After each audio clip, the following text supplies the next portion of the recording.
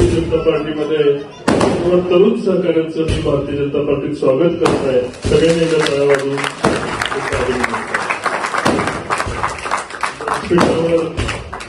त्या सर्व लोकांचं नाव घ्यायचं झाल्यास खूप मोठं यादी होईल. तरी सुद्धा काय राहिलं तर मी क्षमा करावे.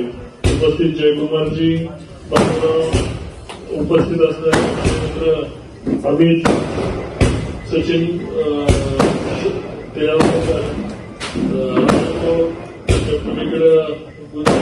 चिरंजीव, प्रतिभाई दत्तनाथ, बुद्धवार, सरपंच विकास, जालंधर हनुमंतराव, स्वागत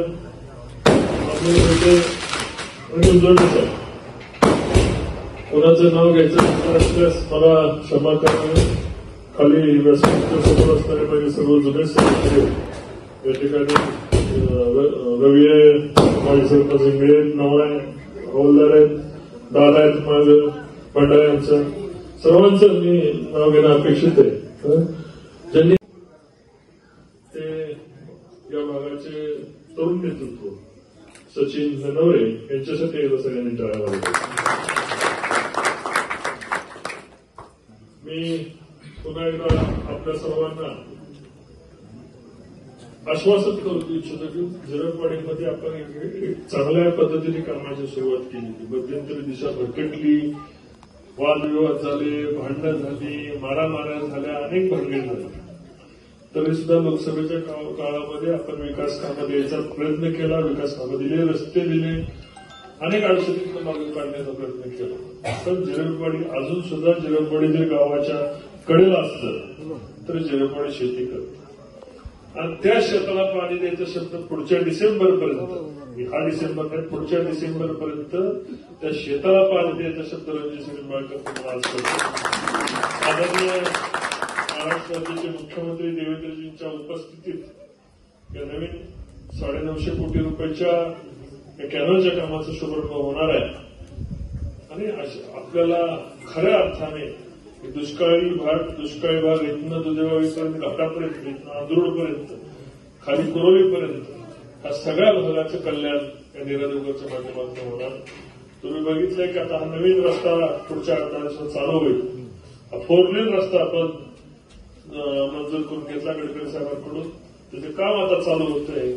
निश्चितपणे झिरपवाडीच्या जमिनीच्या किमती वाढतील, दळणवळणाची साधनं वाढेल आणि भविष्यात झिरपवाडी, कोळकी असा एक वेगळी नगरपालिका आपल्याला अस्तित्वात आणायची की जेणेकरून इथल्या भागातल्या नागरिकांच्या ही शेवटची जिल्हा परिषदेची इलेक्शन करायची. येणाऱ्या भविष्यात झिरपवाडी असेल, कोळकी असेल किंवा वडले असेल किंवा आसपासच्या परिसराची नगरपंचायत आपण चांगल्या पद्धतीने तयार करू आणि लोकांना पायाभूत सुविधा देण्याच्या दृष्टीने त्या ठिकाणी वाटचाल करू.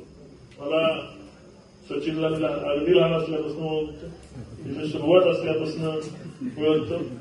चांगला कार्यकर्ता पुन्हा एकदा आपल्याबरोबर ताकदीने बरोबर येत आहे आणि तुमच्या सर्वांच्या येण्याने झिरपवाडीला मला वाटतं विधानसभेला का लोकसभेला आपण लीडर होतो. विधानसभेला काही लोकसभेला आपण लीडर होतो. आता येणाऱ्या भविष्यातल्या प्रत्येक निवडणुका आपण लीडवर राहू याची मला चिंता नाही.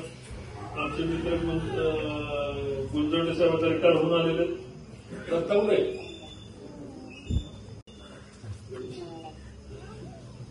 रिटायर होऊन आलेले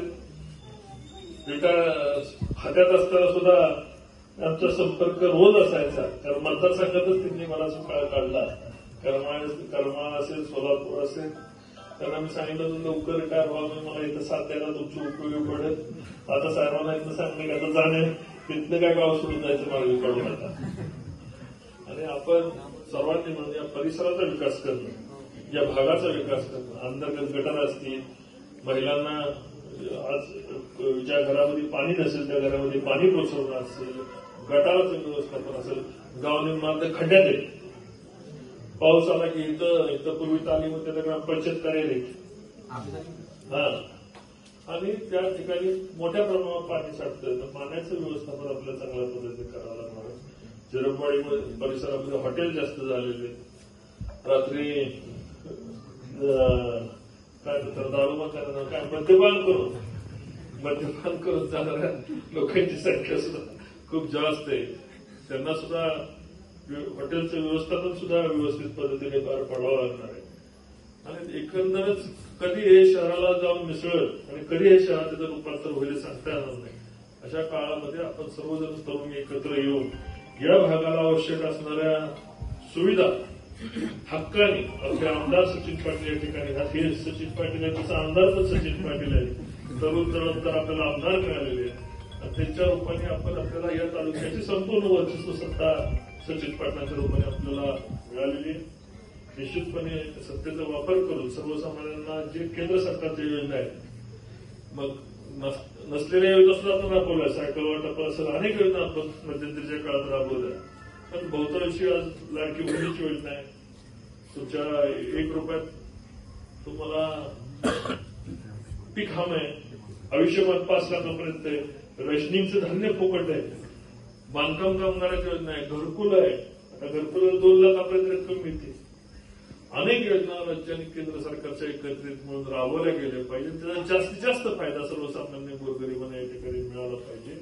हीच भूमिका ठेवून आपल्याला यापुढे काम करायचे. मधल्या काळात जे झालं ते झालं. आता विरोधकांवर टीका टिप्पणी करायला त्यांचं अस्तित्व पण शिल्लक राहिलेलं आहे. रोज प्रवेश चालू भारतीय जनता पार्टीमध्ये. मी काल सांगितलं की माझ्या आता रात्री हात दुखायला लागले तेवढे रोज प्रवेश चालू आहे. आणि मोठ्या प्रमाणात तालुक्यामध्ये विधानसभेनंतर जवळपास 50-60 हजार लोकांचा प्रवेश भारतीय जनता पार्टीमध्ये झालेला आहे. 50-60 हजार लोकांचा. मी ते प्रमुख कार्यकर्त्यांचे सत्कार बघितले तर जवळपास 8,000 लोकांनी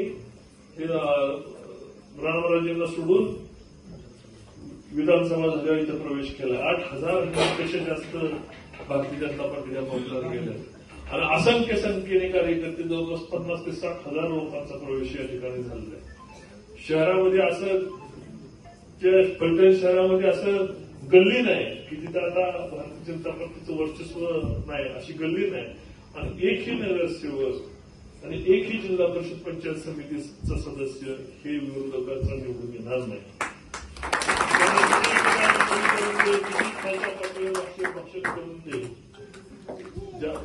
लोक बदला गेले. महाराष्ट्राने सांगितलं की लोकसभेला करायला नव्हतं ते केलं, लोकांनी त्यांना उलट पाडलं. आता लोकांना खरं समजून आलेलं आहे कोण विकास करू शकतं, कोण रस्ते करू शकतं, कोण एमआयडीसी आणू शकतं. एमआयडीसी तुमच्या उशाशी आणून ठेवली. रस्ते दर्जेदार रस्ते, न्यायालय असेल, आरटीओ ऑफिस असेल, तुमचा जिल्हा न्यायालय असेल. आता आपण नव्याने जिल्हाधिकारी कार्यालय या ठिकाणी आमचं, एसपी ऑफिस या ठिकाणी आमचं. भविष्यात फलटण तालुक्याचा जिल्हा निर्माण करण्याकडे आपला सर्वांचा कल आहे. फलटण तालुक्याच्या लोकांना कामाने त्यासाठी लागणाऱ्या सुविधा आपण निर्माण करायला चाललंय. निश्चितपणे फलटण तालुक्यामधली 100% तरुणाचं पुढच्या येणाऱ्या इलेक्शनला विचारायचं 100% तरुण भले कुठल्याही चिन्हातून दिसून दे पण मतदान भारतीय जनता पार्टीच्या पाठीमागे उभा करेल की मला खात्री आहे. एवढंच मी या ठिकाणी नम्रपणे नमूद करतो. पुन्हा एकदा नव्या ताकदीने आपण झिरो पॉईंटचा विकास करू असा शब्द देतो. जय हिंद, जय भारत.